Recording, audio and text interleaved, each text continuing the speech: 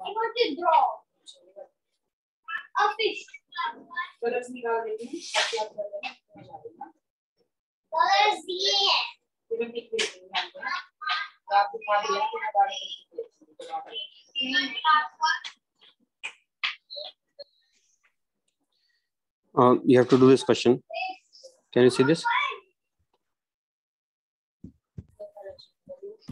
Yes, sir. yellow orange Question number 134. yellow or orange or blue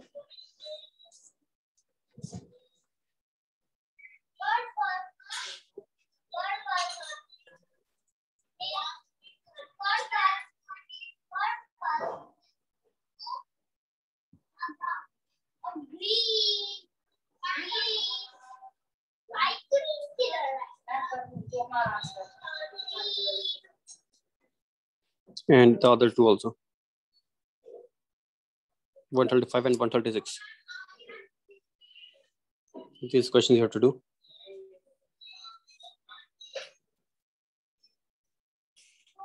Green. 127.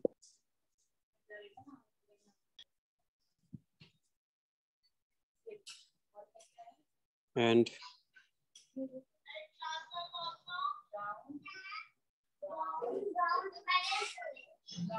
126.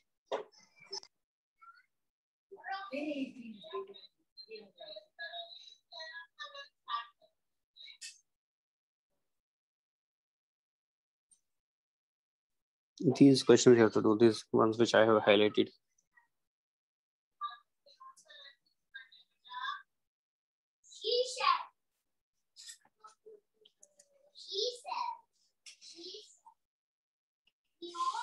Other than that, I can take the question from assignment.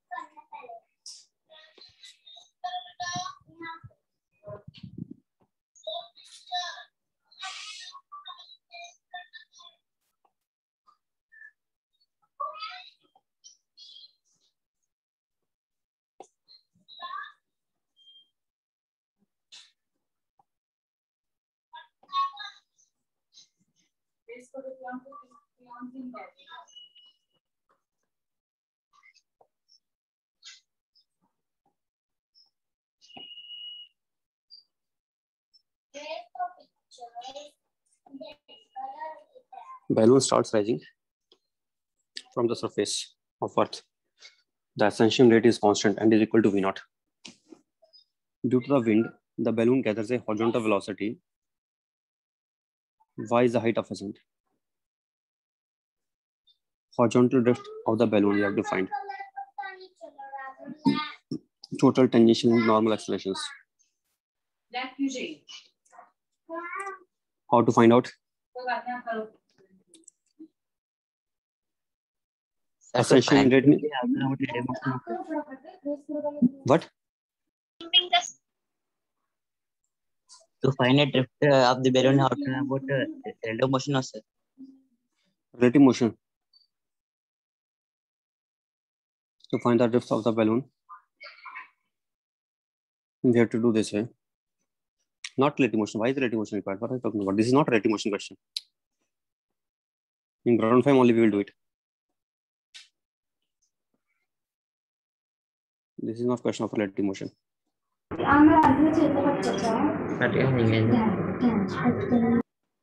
Balloon starts rising up with velocity V0. And at the same time, there's a force acting on it in horizontal direction, which is equal to, which is providing it horizontal acceleration, or its horizontal velocity at any instant of time is equal to AY. It will be going this way. At any instant of time,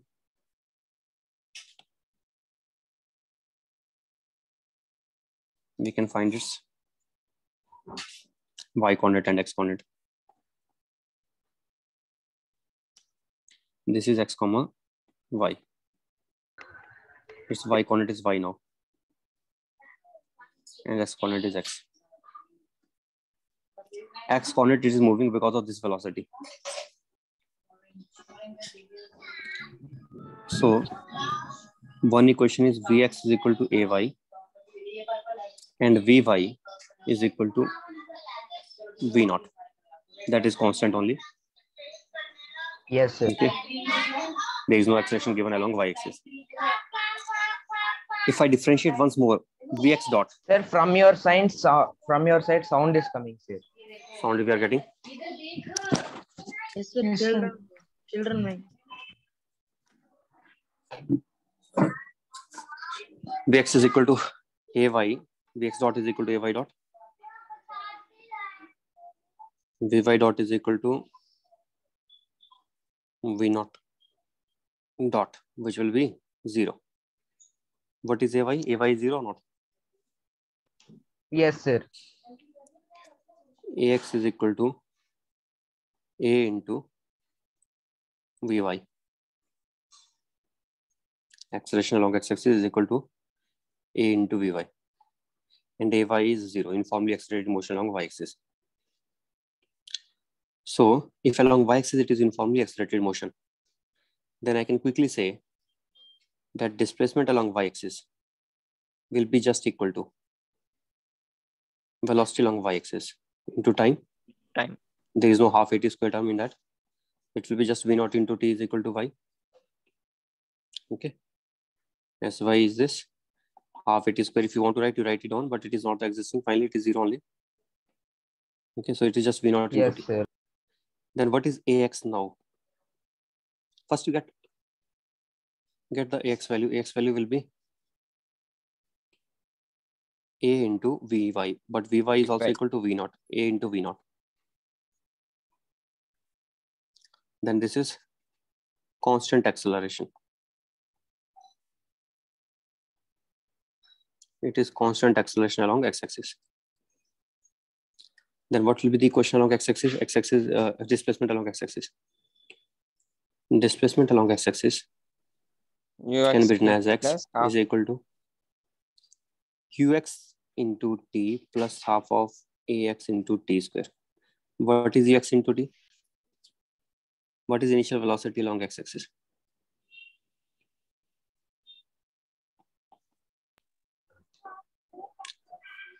Ay. Why it is 0? As balloon starts rising 0, up. sir.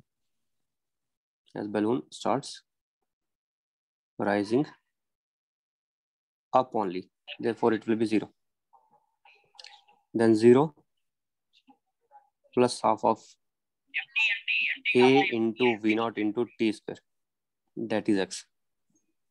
Is it okay? What do we get then? Yes, we are sir. getting half of A V naught. But we know time we can write from the first equation. Y by V naught. Y by V Y by naught V square. naught, sir. So we are getting x is equal to half of A into Y square by V naught.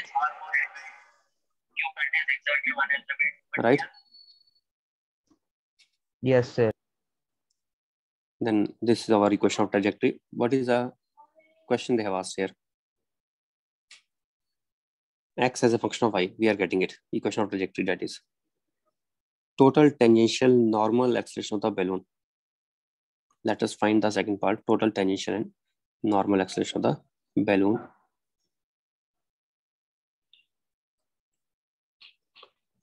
Tangential acceleration will be rate of change of speed.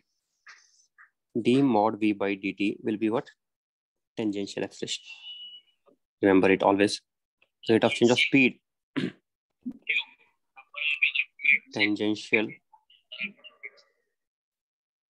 acceleration equals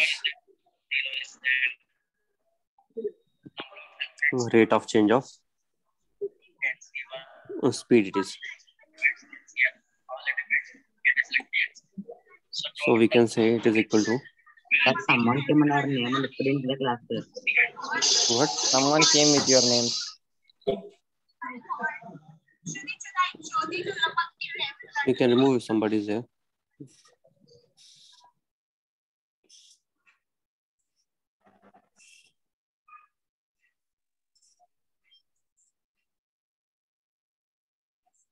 So where we were, acceleration is equal to dv by dt. That is tangential acceleration. Now, how to find out the speed here? Speed we know is equal to v naught square plus vy square. What is vy? Vy is v naught and vx is vy square plus vx square.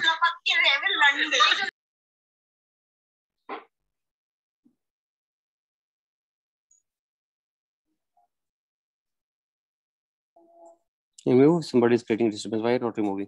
Yes, sir. The name with Shivani is speaking, sir. Sir, I have removed, sir, because the name is changing for a while, sir. That's why I'm waiting for that to talk. Okay. So this is our tangential acceleration will be what? D by dt of vy square plus vx square. What would be that?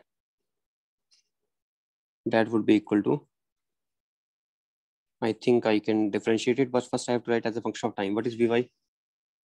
Vy is equal to, where was vy written? Vy was equal to v naught. And what is vx? Yeah, Vx is a into y. I have to write vx value actually. Even if it is a into y, I can write it as, what is y as a function of time? V naught into t. So I can write a into v naught into t. That is vx. Okay. We are going to use it here. And vy is fixed, that is equal to v naught. So I can write it as a into v naught into t square plus v naught square under the root d by dt. What is derivative of that? Its derivative will become 1 by 2 into root of a into v naught into t square plus v naught square into again derivative of this term, which will be equal to a square into v naught square into derivative of time square derivative is 2t. That is it. 2 gets cancelled. We are getting is yes. One person named Pujita is chatting. You can remove messages to me, sir. Can I remove, sir? Remove. If somebody is chatting, somebody unnecessarily getting disturbance, remove without asking me. Okay, sir. A square, even if he belongs to the class also, but if he is unnecessarily chatting or doing something like that, you can remove. No problem. Okay, sir. A square v naught square into t divided by root of, that is a square v naught square into t square plus v naught square. That it is. That is our tangential acceleration. Remember, what is tangential acceleration formula? Rate of change of speed. That is the tangential acceleration. I told you many times before that perpendicular acceleration causes direction change and tangential acceleration causes rate of change of speed. Magnitude of the velocity changes by tangential acceleration, and perpendicular acceleration just causes the change in direction only. Okay. Tangential is done. What is the perpendicular acceleration then? We know perpendicular acceleration square plus tangential acceleration square is equal to the total acceleration square, right? Because these are mutually perpendicular. If these are mutually perpendicular, tangential and the other one, perpendicular, then what would be the resultant? Resultant will be obtained by Pythagoras theorem. And what would be, Yes, sir. What would be a perpendicular? A perpendicular will become a square minus tangential square under the root. A means not a, but a is acceleration here. So let me write the acceleration formula first. What is the net acceleration actually? Net acceleration was a v naught actually. So here a would be a v naught. Okay, it is net acceleration. So understand what I have to write. First, I'm writing just in this place, in this case, a net acceleration. Net acceleration a is actually a into v naught. Okay, we found it before. Therefore, I have to replace this a by that, and I will be getting a perpendicular is equal to a into v naught square minus a tangential square under the root. Okay, these I have written here. These are not in terms of variables given here. These are in general. A perpendicular square plus a tangential square will always be equal to a square, net a square. But what is net a here? Here net a is not actually given as a, but it is given as a v naught. So therefore, I'm replacing this acceleration a here by a v naught. Okay. Then can we get the value of a perpendicular also? We can get that. We can get it easily. There is another way to get a perpendicular. Another way to get a perpendicular is equal to velocity square divided by r. And what is r? Yesterday I discussed r was equal to 1 plus dy by dx square whole raised to power 3 by 2 divided by d square y by dx square. D square y by d. Whenever we have this equation of trajectory, we can do that. Here I want to tell you one more interesting thing. Radius of curvature we can also get by this formula. 1 plus dx by dy square whole raised to power 3 by 2 upon d square x by dy square. It will be still same answer only. It will not be different. So when should we use second one? There are situations where we will prefer second one. I have seen sometimes it happens that the derivative is not easy to take in one direction, but it is easy to take if we take other direction. Then it is easy to take. Then we may prefer this one. For example, let me take this example where slope in one case will be undefined and slope in other case will be properly defined. If this is a situation, this is y-axis, this is x-axis. What is the slope of this curve at the origin? You can see its slope is 90 degrees, means infinite, means this will become infinite here or not, right? This slope is 90 degrees. Tan 90 will be infinite. Are you listening what I'm saying here? Yes, sir. Yes, sir. Yes, sir. So it can become infinite. So if it becomes undefined, whenever it becomes undefined, then you don't use this. Then you use this one. How to get this one? If it is tan theta, this will be opposite of that. It will be cot theta. Why? Because it is also, this is also slope, but it is slope if I look at in a different direction. If I look with y-axis, taking angle with y-axis, theta, that will be this slope. That tan theta will be this slope. And that tan theta is properly defined. In that case, it is just 0 only. So I can use this formula in such cases. And when I get the radius of curvature by using this formula, and speed is already known to us, then what would be a perpendicular? Just v squared by r. That is also a way to get the a perpendicular. And if I get a perpendicular first, then from a perpendicular, I can get a tangential.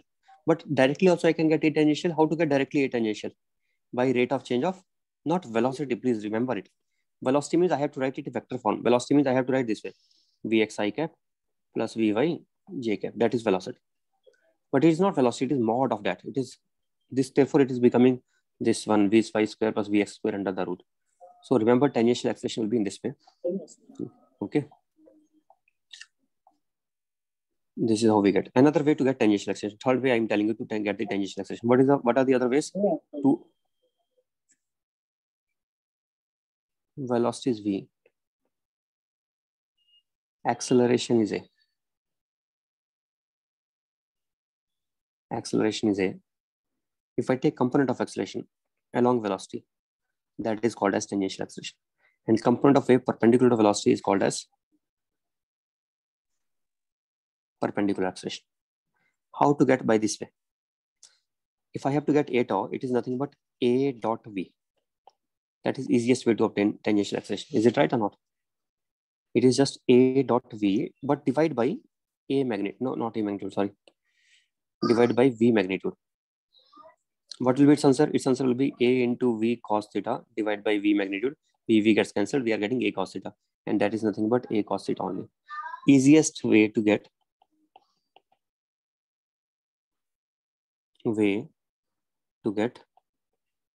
tangential acceleration. But we can get it first if we write velocity in vector form and we write acceleration in vector form along with I cap, J cap term. Those in that form it should be written. If it is not written in that form, then another way will be that they should give us some maybe angle between acceleration and velocity. Something should be given. Then this will be the easiest way. If directly angle is not given, but what is given to us instead? Let us say components are given. Then I will write AX into Vx plus AY into Vy divided by Vx square plus Vy square into the root. That will be tangential acceleration, right or not? Taking the dot product. Easiest approach. There cannot be easier way than this. And after getting A tangential easily, net acceleration A perpendicular can always be obtained by A square minus A tangential square under the root. A tangential, sometimes I call it as A parallel. It is parallel to velocity. So I can say it is A perpendicular will be equal to A square minus A parallel square under the root. Have you understood this one? This one, last one? Hello? Yes, sir. Understood, sir. Yes, sir. All right. And why then you may ask me this question, sir, why I took the other two cases if it is already easy way we have. Only reason is you should know this formula. It is very important for you to know. Rate of change of speed is called as tangential acceleration. If I give you, for example, let us say I give you speed is already given, let us in the question that it is equal to k into t. Now it will be very stupid if I start thinking about this, that how to get velocity from the speed. They are just giving a speed, but they are not giving velocity. If I know velocity and acceleration, then I can get directly from speed also we can get. If speed is given kt, then it will become easiest. In that situation, I will just take d by dt of kt and answer will be k will be the tangential acceleration. Okay. So it depends on the situation. In some situation, this may come out to be easy. In other situations, if it is given in vector form, then this will come out to be easiest. On the other hand, when this third method, this method we will get first acceleration perpendicular direction. After getting acceleration in perpendicular direction, I can get tangential acceleration as net acceleration square minus a perpendicular square under the root. Sometimes if radius of curvature is given, speed is given, then this will be the easiest way to get the tangential acceleration. So it depends on the situation. We should know all the formulae. Okay.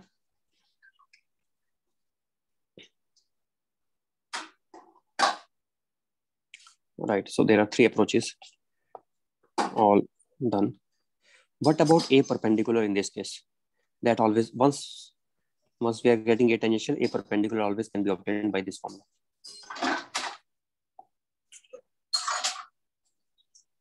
Next question from Irodov. This one, 35th. Let us read it and try to do it.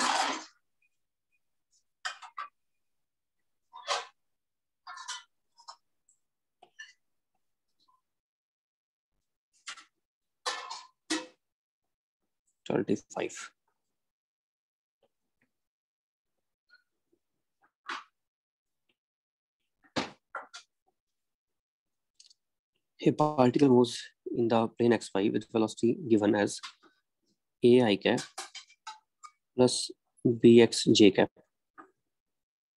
This is velocity. And a and b are constants. At initial moment of time, particle was located at x equal to 0, y equal to 0. At initial moment, particle was at origin. Where was the particle initially? Initially, At origin. Particle was at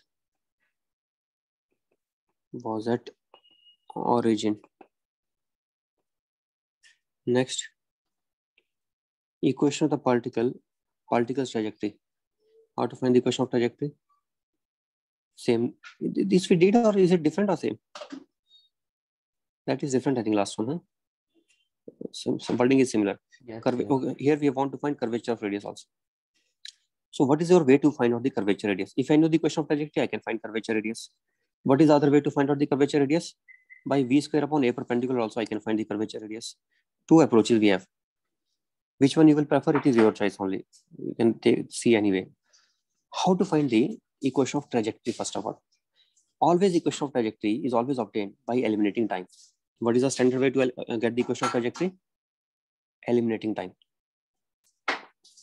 To get equation of trajectory,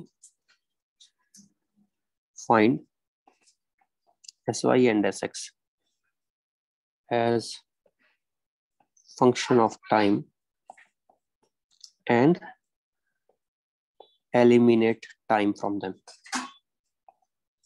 This is standard approach. What will be Sx? Sx is Vx into t, which is just A into t. AT. It is constant, so I can just use AT formula for constant case.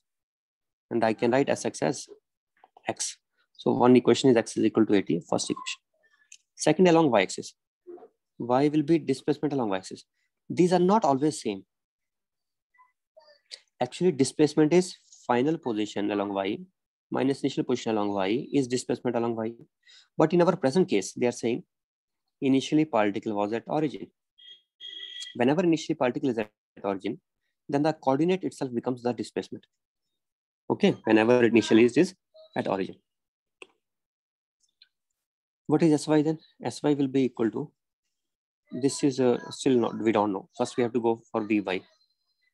What is Vy? Vy is equal to Bx. Vy is equal to Bx. After getting Vx, how to get Vy? I can write x first. What is x here? X is 80. So Vy is equal to BAT, right? Then I can write dy by dt. BAT square by 2. Dy by dt is equal to BAT. And then I can write dy is equal to 0 to y BAT into dt 0 to t. This is one way. Another way is I can see that velocity is linearly varying with time, then acceleration is uniform. If acceleration is uniform, first I can determine the acceleration. That is dy by dt, which is equal to just BA, which is constant. If acceleration is constant, then I already know that what will y come out to be. By integration also we are getting same result, but directly also we could have obtained. It will come out to be half a acceleration, which is BA into t square. That is our second equation. First equation, second equation. After getting these two, our first step is over. What was our step? To get equation of trajectory, find Sy and Sx as a function of time. We have done that. Then eliminate time. How to eliminate time from 1 and 2? What is the way? Put t equal to a by x. Half of BA, yes, correct. X by A. Which equation we are using? Using equation 1. Using equation 1, we are getting this squared, which is now half of B into x square by A. That is y. That is answer. Equation of trajectory we are getting. One part is done. Second is radius of curvature. Now you have different ways. One way of getting radius of curvature, you know already. Normal way is dy by dx. What is dy by dx? Take its derivative, half of b by a into derivative of x square. What is that? That is b by a into x. And I have to take double derivative also in that. What is double derivative? D square y by dx square? Yes, sir. B by A. B by a, correct. Derivative once again, so it is b by a only. Once I know this and that, then radius of curvature is very simple if you remember the formula. Yes, sir. Do you remember what? What is the formula? 1 plus dy by 1 plus dy by dx whole square by d by 2 whole power 3 by 2 by d square y by dx. Then we can now just put the values here, and we get the radius of curvature. which is 1 plus bx upon a whole square raised 3 by 2 upon b by a. That is r value. We are getting r. Okay, this is the radius of curvature. Right, we have done this. Now, one more question from Irudo only. Let me see, where is it? Question number 1.36. Let us take this one.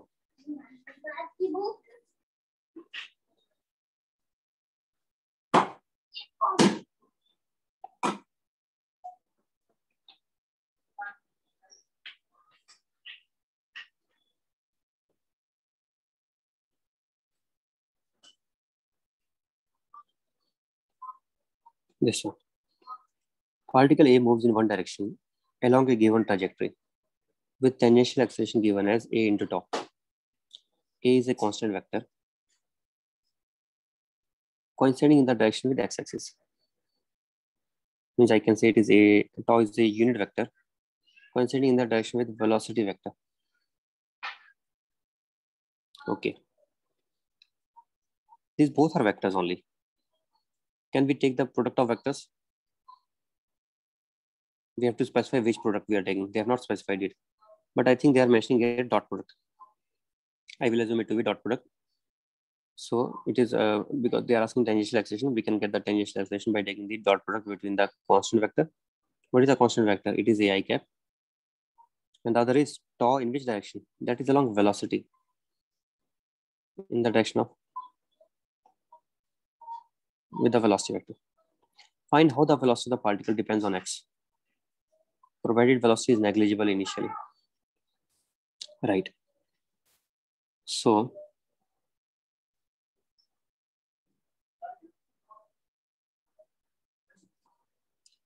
a I cap dot tau into v cap, that is equal to tangential acceleration a into t into I cap dot v cap. Why I am writing v cap here? This is along velocity vector, so I can write it as v cap. But you know what is I cap dot v cap meaning? What is meaning of v cap here? V cap is unit vector along velocity, so I can take v divided by v. And what will be I cap dot v cap? That will be v dot I divided by v. What is v dot I? What is v dot I? Let us say it is vx I cap plus vy j cap dot product with I upon v. What is that finally? Vx upon v. Agreed or not?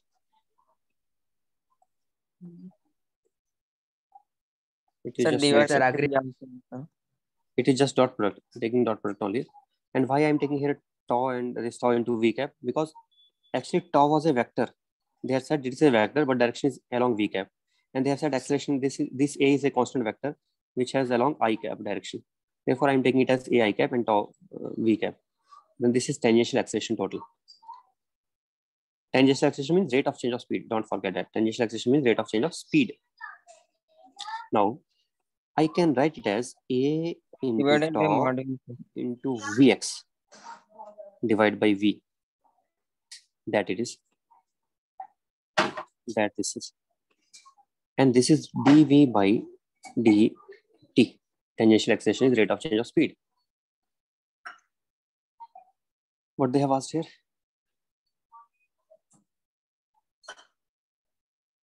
Find out how the velocity of the particle depends on x, provided that velocity is negligible at x equal to 0. How does the velocity depend on x?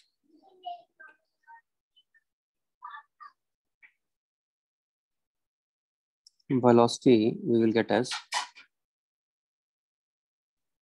v into dv, right? Right? Not I can take v this side. What is it? A constant, tau constant. Then vx into dt. What is vx into dt? Can you tell me? What is vx into dt? Average velocity. No, it is not average velocity. Vx into dt upon that.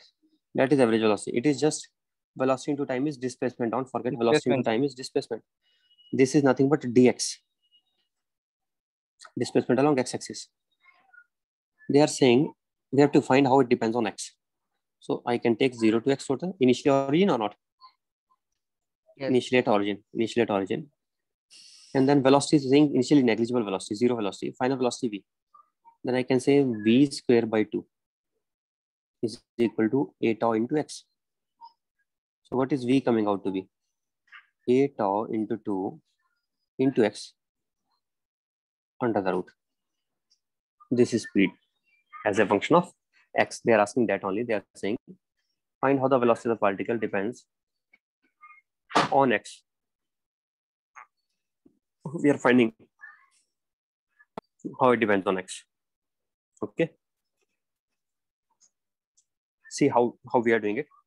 First we are writing ai cap and tau along v cap. But v cap we can write as velocity divided by the magnitude of the velocity, which I know is finally just nothing but vx by v only. So this work which we have done here is useful here in the main derivation. And this part is also useful in the main derivation. If I know this little parts here, then after that it is straightforward. We may get stuck here also. Some students get stuck here. They think their px is not given, how to integrate. They will think that they should give us vx as a function of time. Yes, we expect normally that, but not always. When we have a formula of vx and t directly, vx into dt is already dx, and they're also saying that it is as a function of x we have to find out, then we can do that. We can just take the product and we can start integrating and get the answer. Okay. Is it understood? Sir, you said tangential acceleration means A dot V by mod V, no, sir? Tangential acceleration, I said it means A dot V by mod V, correct? That is tangential acceleration, right? Only I said that only. That only. But there by mod V also will come now.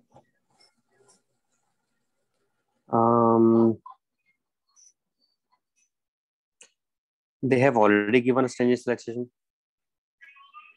Are we finding it from the net acceleration? Are we finding it from the net acceleration, net velocity? They are not giving us net acceleration, net velocity. It is not acceleration here. Oh, I know what is your confusion. It is not acceleration. It is just a constant vector, which may not be, which may or may not be acceleration. It is given in the question. We have to go according to the question. No, don't think that if I represent A by acceleration, then every time A will be acceleration. Not like that. It is Yes, just, sir. it is just constant, some constant. Okay. Understood now? Yes, sir. Right. Next.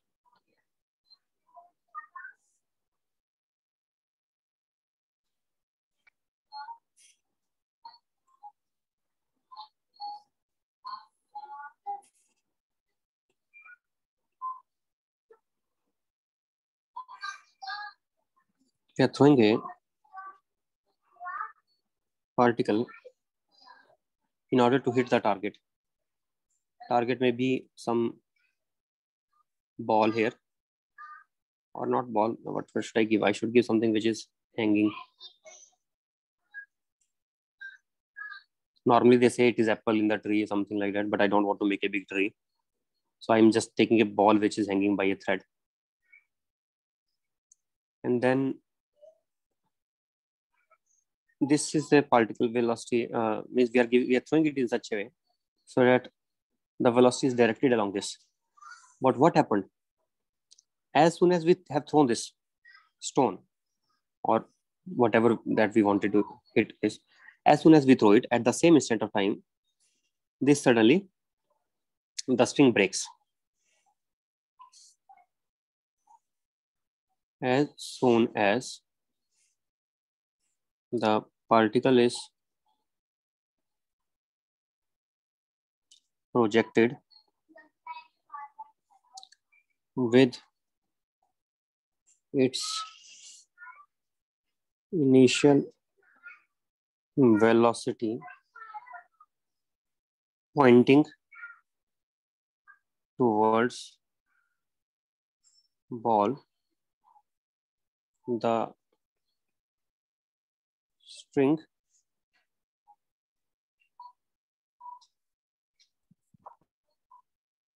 breaks.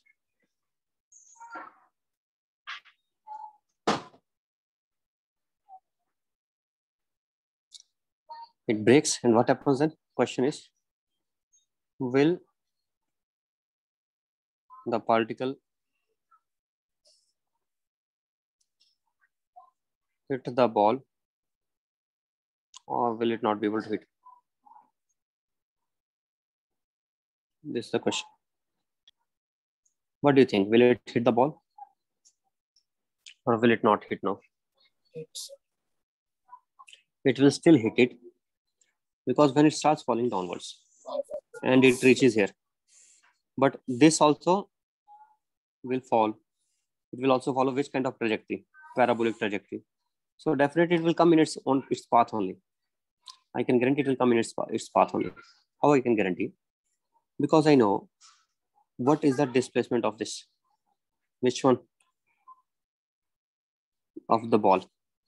Displacement of the ball will be equal to half of g t square along minus j cap.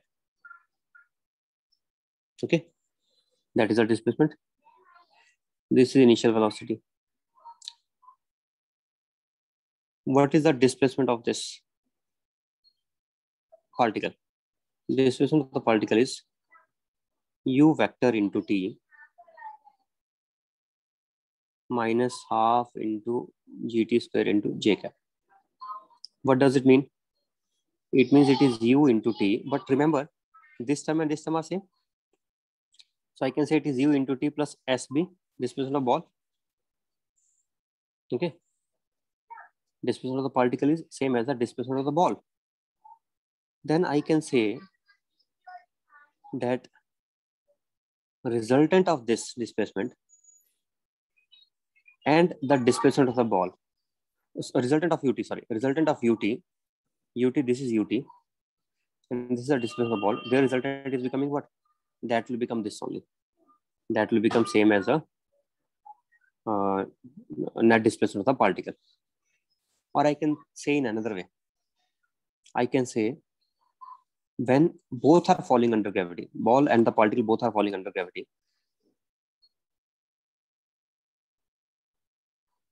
ball and particle are falling under gravity, then their acceleration is same, minus g j cap. And if acceleration is same, then what happens? Therefore, they have relative acceleration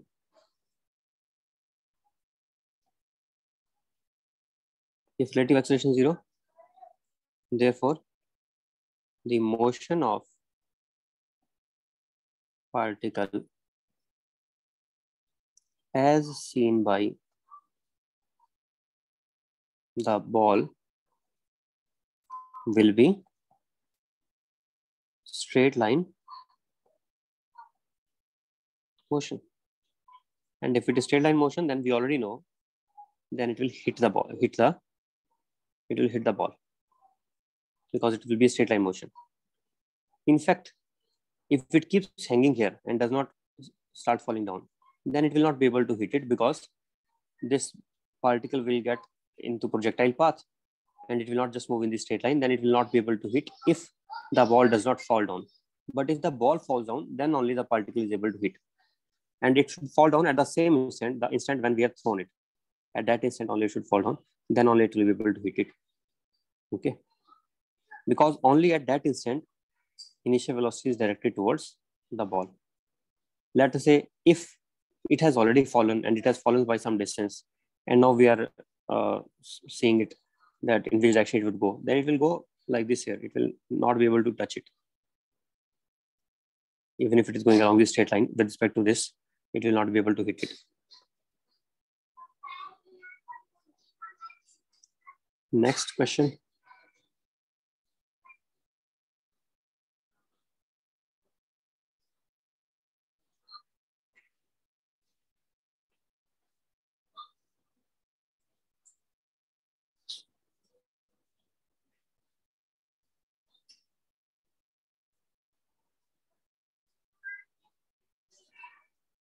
H height, initial velocity u, angle theta.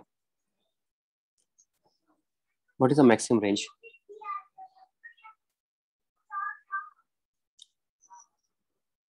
Find maximum range along horizontal. Can you find out RH maximum?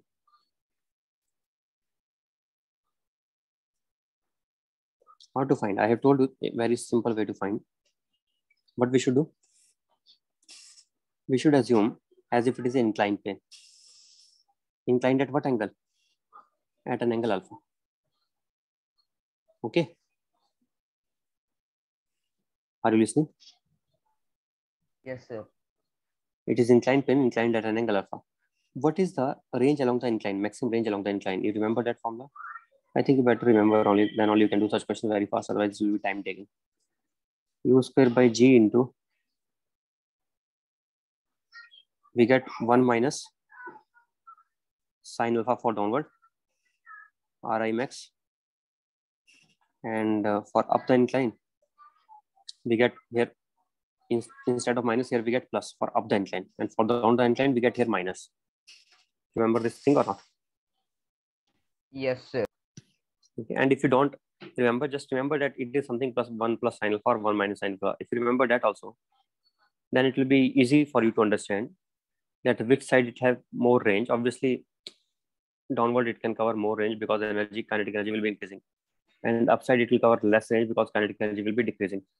So we can understand that downward only we should have this 1 minus sine alpha component for downward range. But just remember some term, at least u square upon G into 1 minus sine alpha.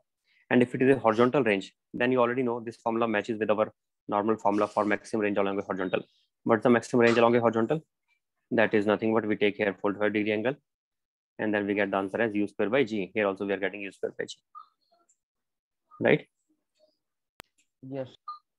Okay. If you know this, then the things are very simple after that.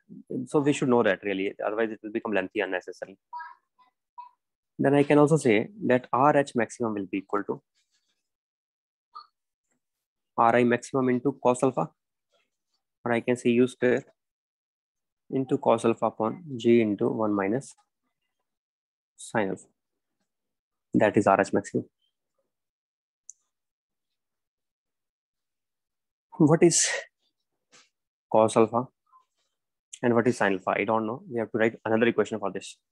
Another equation I get from the geometry of this diagram. Can I get or not? What is cos alpha? Or let us write it as u square by G into secant. Wait a second. I will take other side.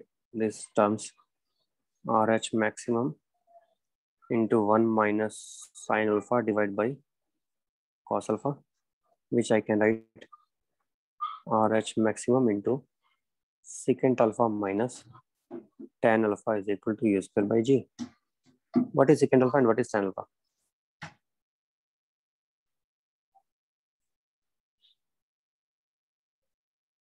Secant alpha and tan alpha. Secant alpha is RH.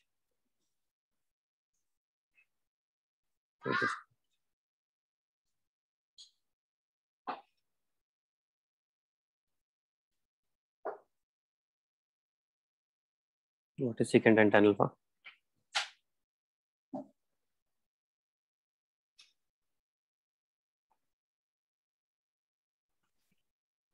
Is it still complicated? I thought we can get easily now, but secant alpha.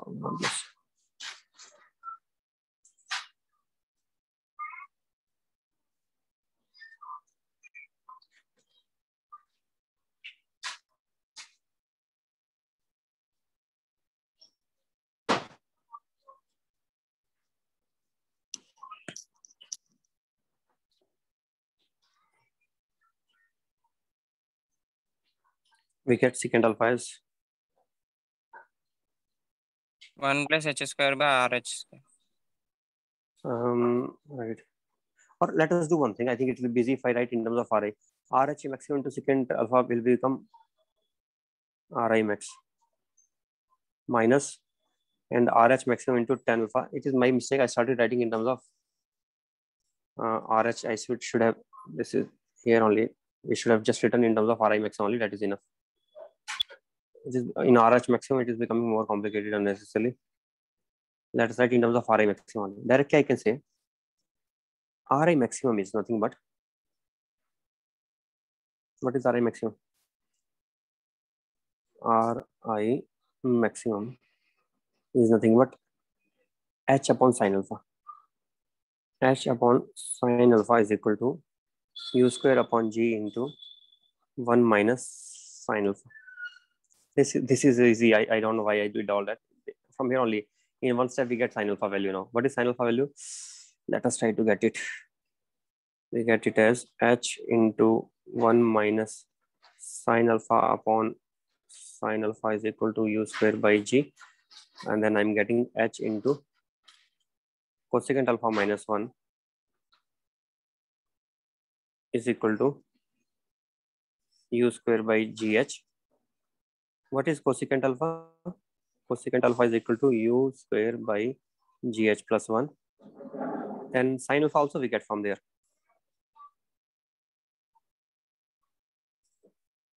Tell me what is sin alpha?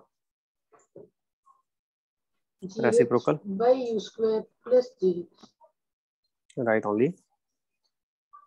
Then if you know sin alpha, can you obtain Ri maximum now? Just put back in the same equation, in this equation from where we started. What is Ri maximum then? Let us put it again. U square upon g into 1 minus sin alpha. That would be 1 minus sin alpha. Let me write separately. What it will be? U square by U square plus GH. U square by plus gh to make it. U square plus gh. Then U square by,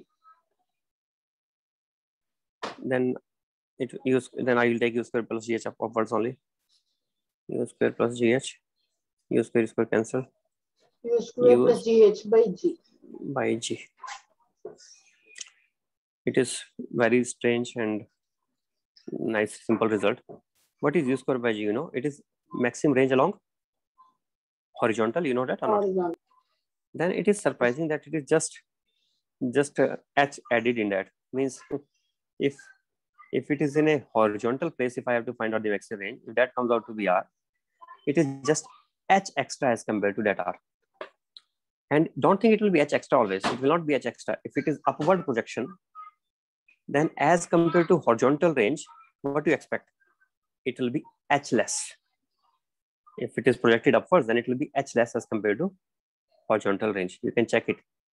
Just change the formula for that. Just write it as 1 plus sin alpha, and then see what difference we will be getting. Very simple result at last.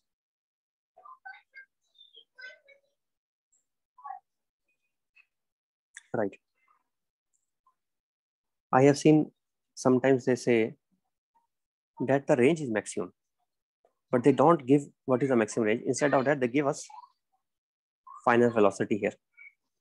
But they are giving now, they are not giving theta, not giving any other thing. Probably they just give us u and they give us v, and they are not even h also. H also they don't give in this case. And they ask us to find out Ri maximum. We can get Ri maximum easily now if u and v are known. How? Because there's a relation between v and u in terms of h. You know what v will be? What will be v? V square minus u square is equal to 2 into g into h. A dot s. It is A dot s formula in this case. If I have to write in 3 dimension, what is A dot s here? A is nothing but g along minus j cap, And what is S here? S is something else, but I need the dot product along.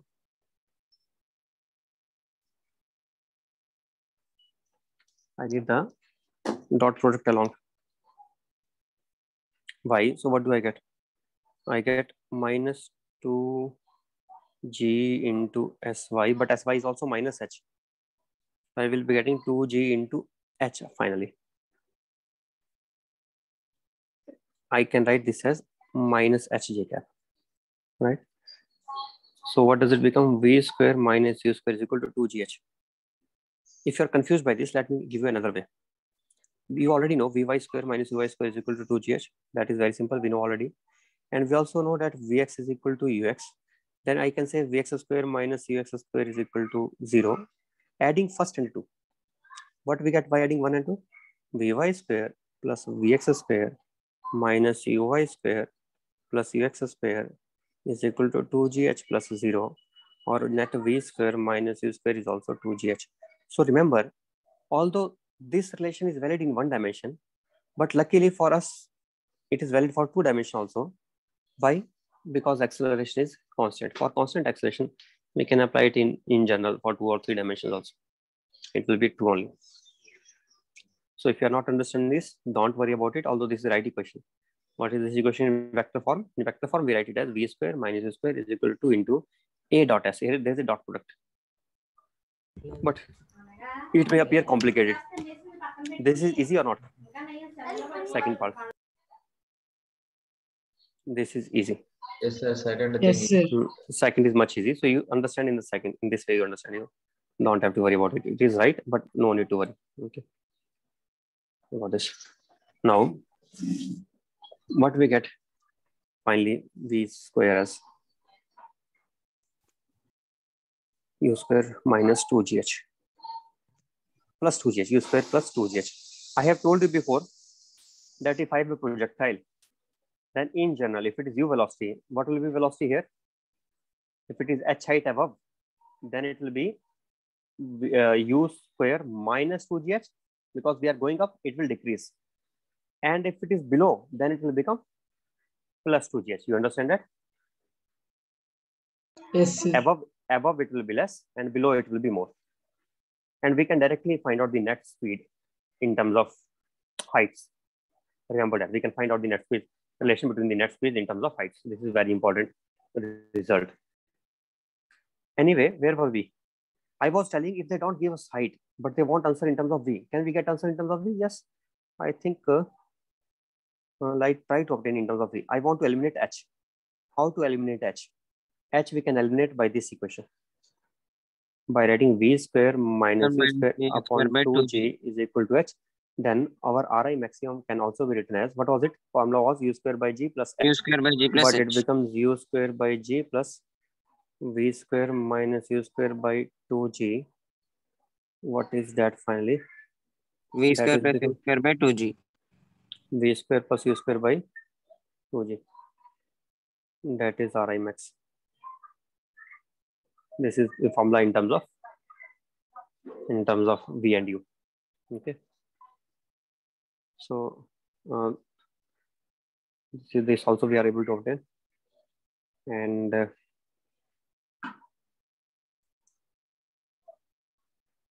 can you find out what will be the angle made by velocity vector, final velocity vector with the horizontal?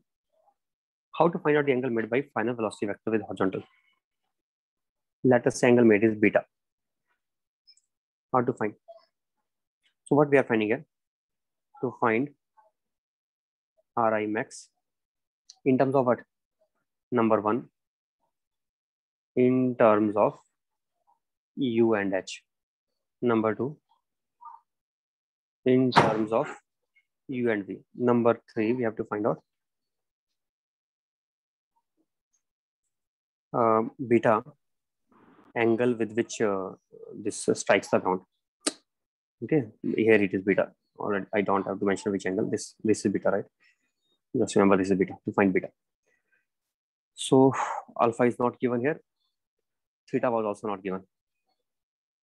Alpha, theta, beta are not given. In this case, what is given? Means you understand, here it is only u and h is given. Here only u and v is given. Okay. But yes, it is mentioned that it is falling through height h. That is given already, that it is falling through height h. Then it is u and v, right? Now, what would be value of beta? Can you tell? What would be value of beta? Very simple always to tell value of beta.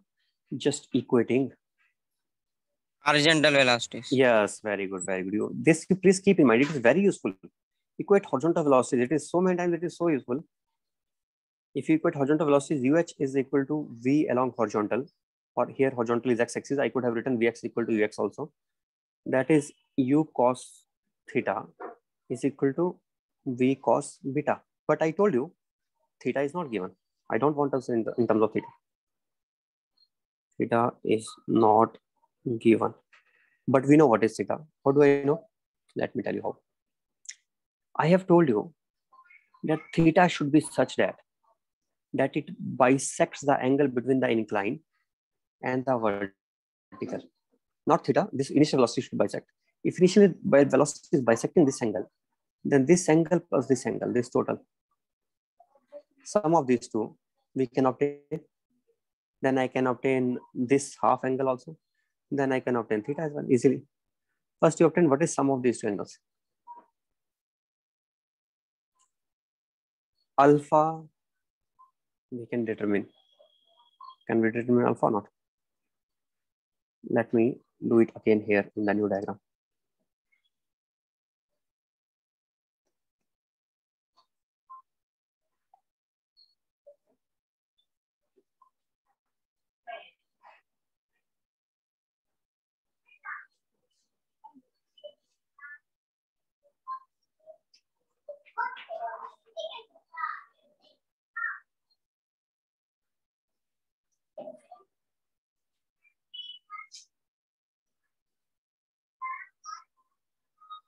This is it.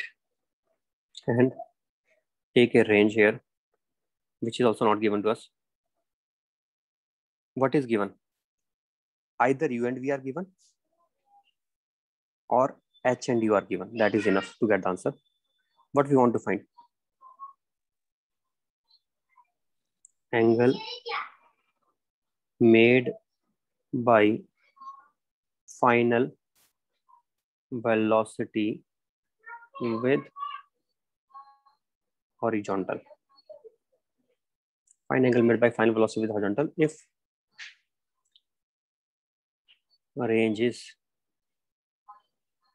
maximum. So two things are given. Range has to be maximum. What is the angle made by final velocity with horizontal?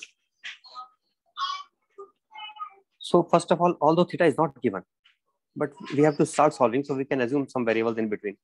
If some variables are not given, does not mean we should not take those. Assume some variables. At last, we have to eliminate those. So first, we will start with the same expression only. What we will do? U cos theta is equal to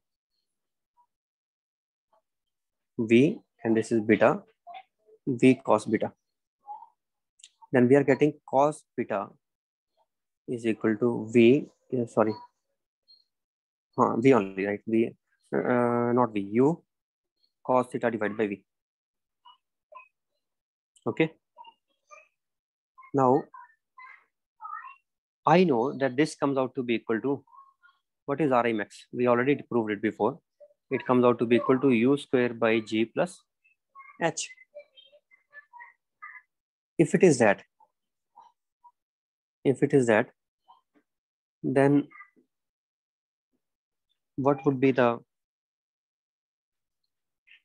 angle?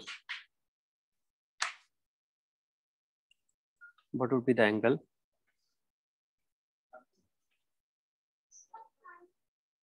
This angle and this angle are equal, right? Are you there? Are you listening? Yes, sir. Yes, sir. Initial velocity vector bisects the angle between. This is important here. Initial velocity bisects the angle between Yes, vertical sir. and That we know, sir. You have to remember, because some students forget, I think. But although it is not something which we should forget, it is easy also to remember, so we should remember it. It bisects the angle between the incline. Is there any incline plane given here? There is no incline. Are you understanding the situation? Actually, it was just a step. But this is a trick to do always. What we do in such steps cases, we assume as if there is an incline. We assume as if there is a incline. Okay. If we do that, then we can easily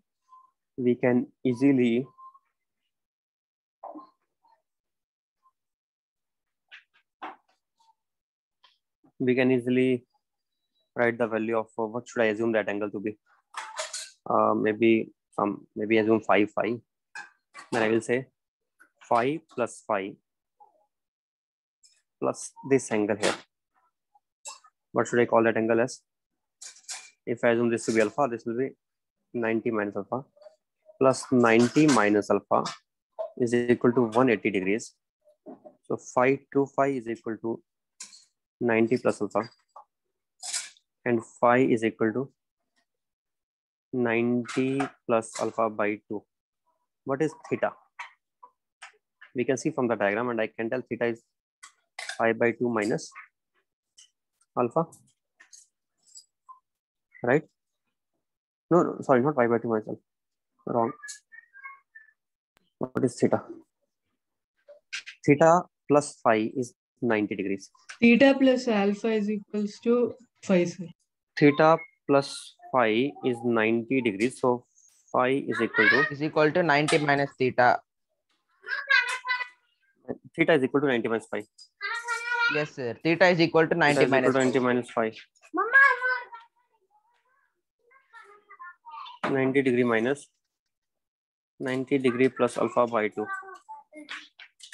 which is equal to 90 degree by 2 minus alpha by 2.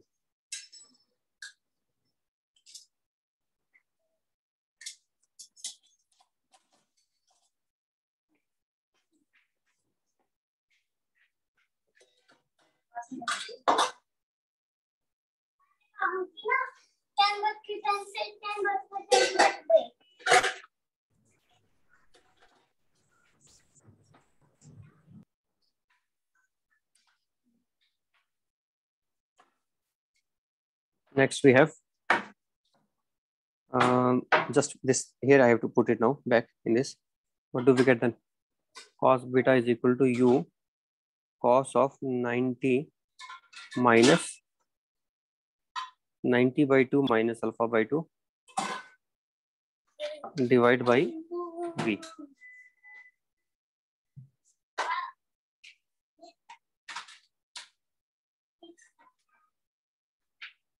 Do you know alpha? We know alpha value, right? Then we can, I think, get this angle now.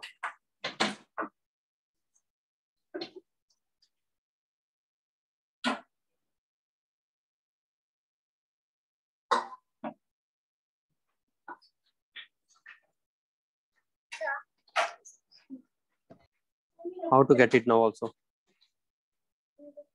Is it easy or is it still tough? Alpha given, sir. Alpha means not given, but we have already found no Ri max. So we know this hypotenuse and we know this one H. Then I think alpha, although not given directly, but we can determine alpha. Indirectly we can determine. Can we? Yes, sir. Indirectly we can determine. Check once what is alpha.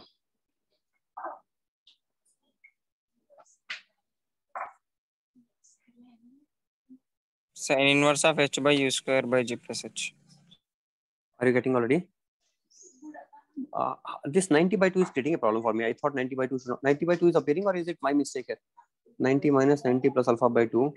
2 into 90. 90 by 2 minus alpha by 2 correct only, sir. 90 by 2 will come. Then 90 by 2. How are you getting away with this? Just expanding it? Cos A cos. That formula you are using, cos A cos B plus sin A sin B. No, sir. Then how are you doing it?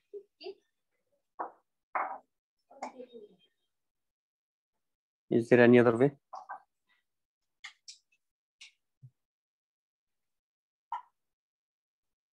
-90 minus alpha is this angle here.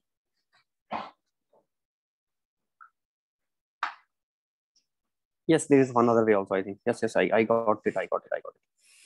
That is better. I can write it as 1 plus cos 2 theta. Cos 2 into 90 by 2 minus alpha by 2. Wait a second. What should I do? First, I should write it as under the root. If I do under the root, if I do, then I will be getting 2 cos, but I have to take divide by root 2 also, I think. Right or not? Can I write this way? By using the formula 1 plus cos 2 theta, we can write as 2 cos square theta. So I can say cos theta is equal to 1 plus cos 2 theta divided by root 2, right? Yes, sir. So this one is easy to do. In this way, we should do u by root 2 into v. Then I'm getting 1 plus cos of just 90 degrees minus alpha under the root. Now it is much easier. Cos 90 minus alpha is sin alpha only. We know sin alpha, sir. Then what do we get? What is sin alpha value? Sin alpha is h divided by H by u square by g plus h. This we know already. We are getting u by root 2 into v into h by u square plus U square plus gh by h. I did wrong again. 1 plus sin alpha. Sorry. 1 plus h upon u square plus gh under the root, right? That only. So final result is u square plus gh plus h.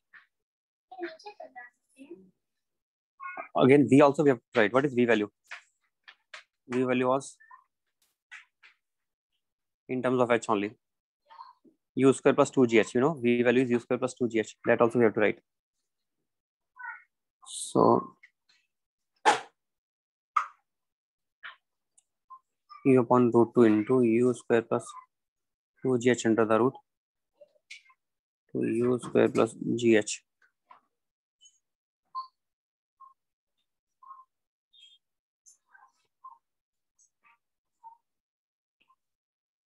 Under the root, like this only, I think so. Is it that or not? Sin alpha means h by u square by g plus h, no, sir. Alpha means u square by g plus h upon u square by g plus h, right only. I think I have written wrong then here. Huh? What it should be? H square by root will not come. Okay. That was mistake. Sorry. That's why I was thinking it's somewhat complicated. Last time I had done it, it was not that complicated. Okay, right. So u square by g plus h. Yeah, that is right only. That is right. So now I think we can get it easily. And now it seems right answer actually. Last time I was confused. U square by g plus 2h upon u square by g plus h whole under the root u by root 2v. I told you either they will give u and v or they will give u and h. If they give u and v, then we can write in terms of v this thing. But it comes out to be u by root 2 into v into root v, I think, divide by denominator is u square plus, but again h is problematic here. I don't want to remove this h. How to do? I can write it as h was, you remember, v square minus u square by 2g. If I do that, then I will be getting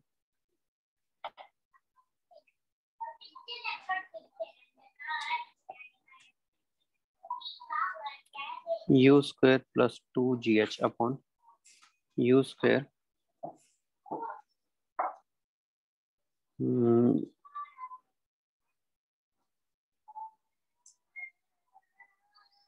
v is equal to u square plus 2gh under the root. If I put it in this, then u square plus 2gh is here also, then this will get cancelled out and we will still be getting some answer in terms of h. That is also right answer only. Nothing is wrong in that. Okay. But I'm doing this because answer is very easy in terms of u and v. So I remember it from when I used to teach. It used to come very easy in terms of root of v square plus u square, sir. something like that. It comes, I think. But let me check. Are you right only or not? U square by g and plus h. Plus h means plus v square minus u square by 2g. Then I will be getting, and this is I will replace it by u into v upon root 2v. V will get cancelled out, and I'm left with root of what is it here?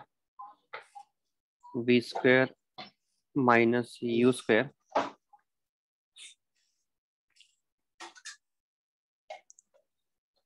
G will also cancel here. G will not. Square plus u square, sir. G will not remain actually, because I have already taken u square by g plus 2g. So this g will also get cancelled out. Only this will remain. Sir, plus u square. Root 2 into u upon. It will be plus. Sir, A plus square plus u square. U square plus v square then, right? That is our value of, but which value we are getting now? The root to cancel. Root 2 is also cancelled here. Yes, that is also cancelled. Correct only. That's all. That's just simple result at last. That is our cos beta value. Cos beta is so simple. Just u upon u square plus v square under the root. If I want to find tan beta, then it will be even simpler than that. Second beta is what? Second beta is u square plus v square upon u. What will be tan beta? Let us find tan beta. First find secant square beta. Secant square beta will be u square plus v square by u square. And tan beta will be then 1 plus tan square beta is equal to 1 plus v square by u square. Then tan beta is equal to v by u. So beta is tan inverse of v by u.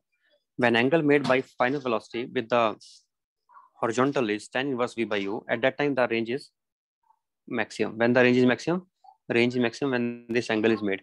Now it is not something to be learned, but it is simple result in terms of this v and u. So therefore I prefer to write in that way. Otherwise we can write in terms of h also, then it appears to be complicated, somewhat. I think in h also it will get simplified finally. If I write, for example, here I can write h at last. What it will become then? In terms of h, it will become tan inverse u square plus 2gh under the root divided by u. Now it is not simple in terms of h also. It is simple only, not difficult in terms of h. We can write in this way. Okay. Sometimes they say that there is an aeroplane which is moving from some place to the other place, and below there is an enemy camp, and they are firing these shells. Shell means bombs in different directions. So they can fire in this way, they can fire in this way. They give the height. They give what is the height of the aeroplane, and aeroplane just moves horizontally. That is their assumption. Now question is, for how much distance the aeroplane can move in the, or what time it will take for the aeroplane, for which the aeroplane will be in the danger of getting hit by the shell. For what duration aeroplane will be in the danger of getting hit by the shell. This the tank on the ground can fire the bombs in all possible directions. That is already mentioned. It can fire in all possible directions. It can fire vertically up. It can fire this side horizontally, anywhere. So how to answer this question now? And it is always firing. It is not waiting for the aeroplane to enter and then starts firing. It is already firing, let us say, in all possible directions. For how long the aeroplane will be in danger of getting hit? Indirectly, this question is of maximum range. What is the maximum range of this shell when we have to fire it up to height h? And you know, we have already done that. What is the maximum possible range for this case, right? We have already derived these things, and it comes out to be just u square by g minus h in this case along the incline. Along the incline, what is the maximum range coming out to be? U square by g minus h. If I know this thing, then I can determine from hypotenuse and from this height h, I can determine this base.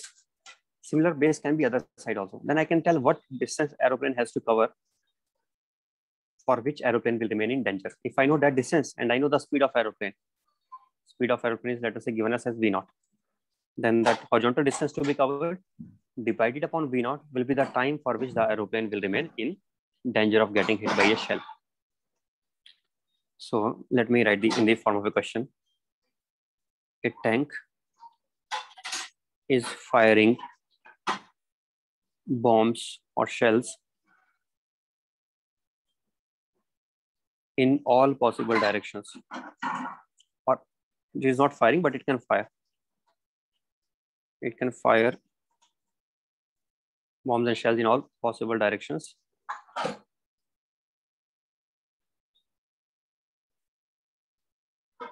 With a speed u. Find for what time an aeroplane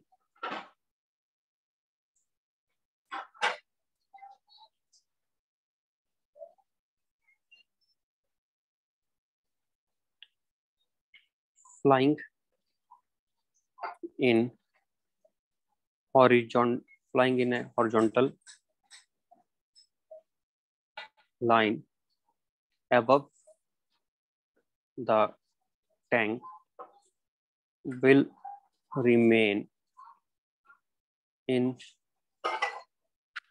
danger of getting hit by shell.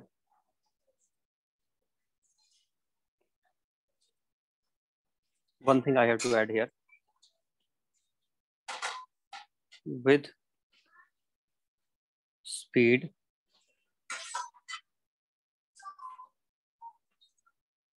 V0, that is given to us. So what is the information in terms of which we should get answer? V0 is given, U is given. I have to add one more thing here. Height.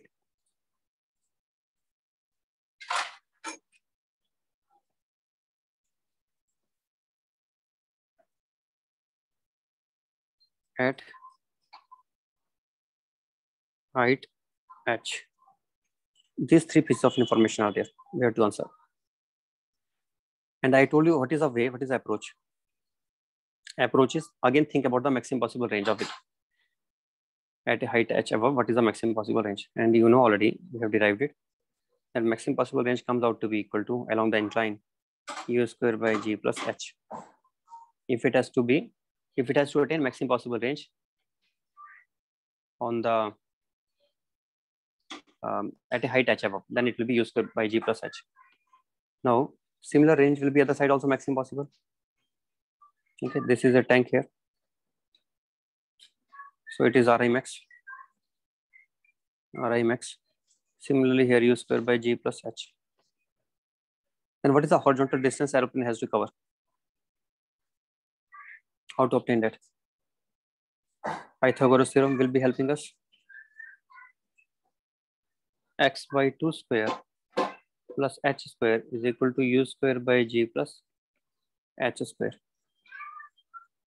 What is x?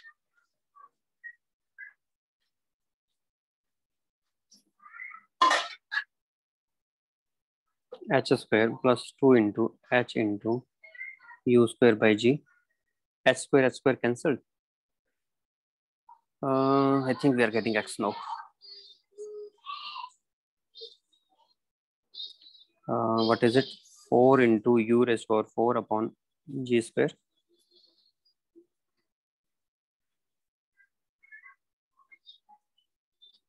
Plus 8 into h into g under the root. Why don't I take u outside then if it is root only? I can take u outside. And I can take 4 also, I can take outside only. G also you can take. 2u. G, can I take? I can take G. Yes, I can take G also. If I write it as Wait a second, I'm using wrong formula. Sorry. Formula is not plus here. It is going above, not below. So it should be minus h, right? Minus h. As it is not going below, it is going above. So range will be less above. It will be minus h. I have not proved this one. This one I am directly telling you. Can you do it yourself and verify whether I was right when I was saying that at a height h above it will be minus? What you have to do? Same kind of question which we have done before, but with just not taking downwards, taking it upwards in this way. We have to make it rise up. Then other things remaining same only. Other analysis is exactly same. Try getting answer. We will get minus gh in that case. So then I think it should not be plus. It should be where we get that minus sign. Here we get minus. By G. Then you are right. Here we get minus. Now you are saying that we can take g outside. We can do that Yes, also. 2u by G. Then I have to take g outside. If I take g outside, then inside g square will not remain. But U one square. more g will appear here. Yes, sir. G will appear here. Sorry. This is x. Then for what time duration the plane will be in danger of getting hit?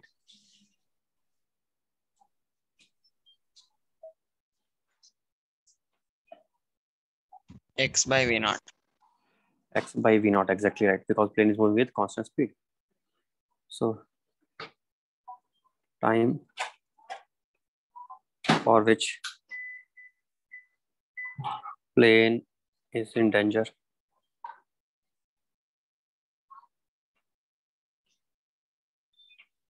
of getting hit. That time is x by V naught answer. X we already know. In terms of this, we will get answer. Another question they ask sometimes that there's a water fountain, and water fountain also can send water droplets in all possible directions, right?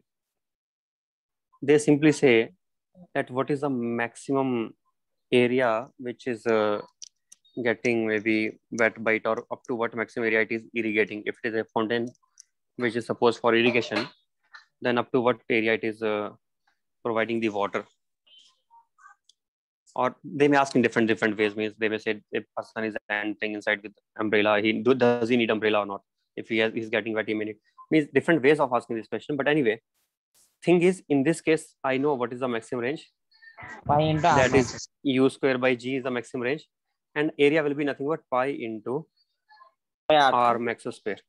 So I'm not stating the question; it will be wastage of time. I just told you what kind of situation it is. Fountain is there, and up to what place it can make the area wet. It can make it wet up to pi into r max square. Although this is debatable, somebody may say that after that water will start running outwards. Yes, agreed.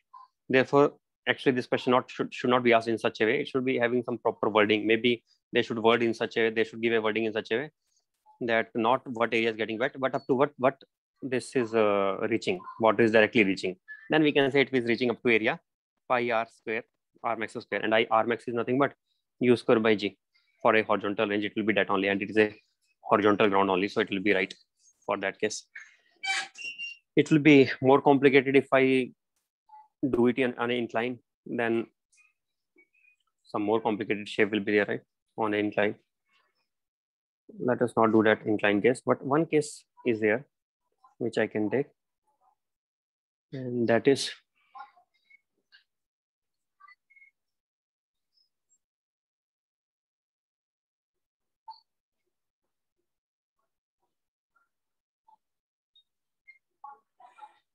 we have to find out the find volume. Find volume.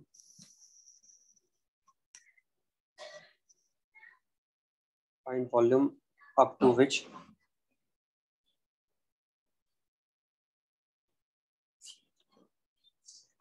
fountain droplets are reaching. Means I should say what is the volume up to which the fountain droplets are reaching. Can you find that volume?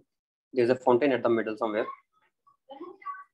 and fountain droplets are in all possible directions. It is sprinkling water this way, this way, this way, and maybe maximum range, whatever. For full 30 angle, the range will be maximum. That maximum range case also is there that way. In all possible directions, it is sprinkling water. And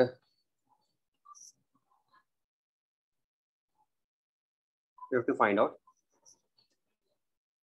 what is the volume of this region in which the water droplets will be reaching in air. There is no wind blowing, so water droplets are not moving anywhere. Those are just reaching in air only. So what space do those water droplets will be occupying? What volume those will be occupying? Can you find out? Find volume covered by water.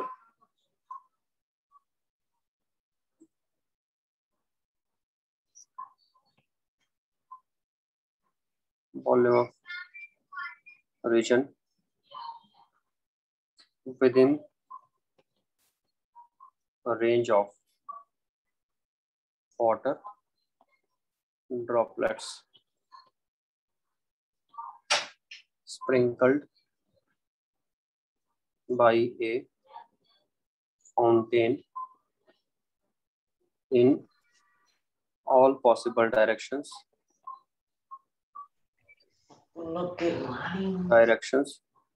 with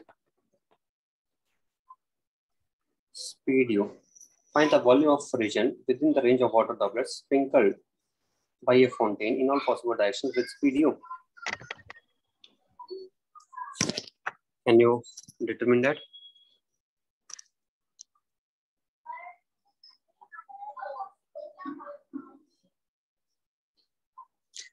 I can tell at least one thing for sure.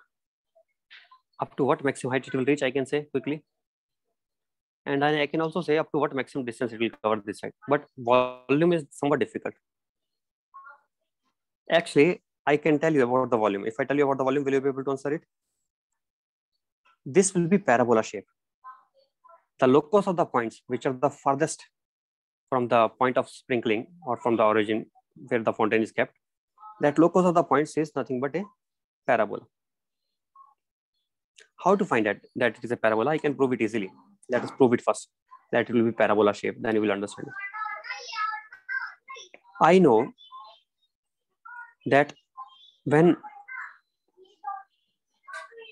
water is projected at an angle alpha, time is over, unfortunately. Can I take it class in the evening also today? Yes, sir. So today I will take it in the evening also. Okay, tell everyone, and I will be taking in the evening, because I think this week we have more questions to take. No, in projectile there is a lot of. Today evening, Okay. when is your study hour? 4 to 5, sir. Our study hour 4 to 5, sir. That time I will take. No, sir. 3 to 4, sir. 3 to 4, sir. 3 to 4 I will take then. Okay, I will take at that time. Right now I'm ending it now, and I will come at 3 to 4 again. Okay, Okay sir. then. Sir, Okay. send the Okay, sir. notes now. Thank you, sir. Now only. Yes, sir. Wait a second. Let me check this.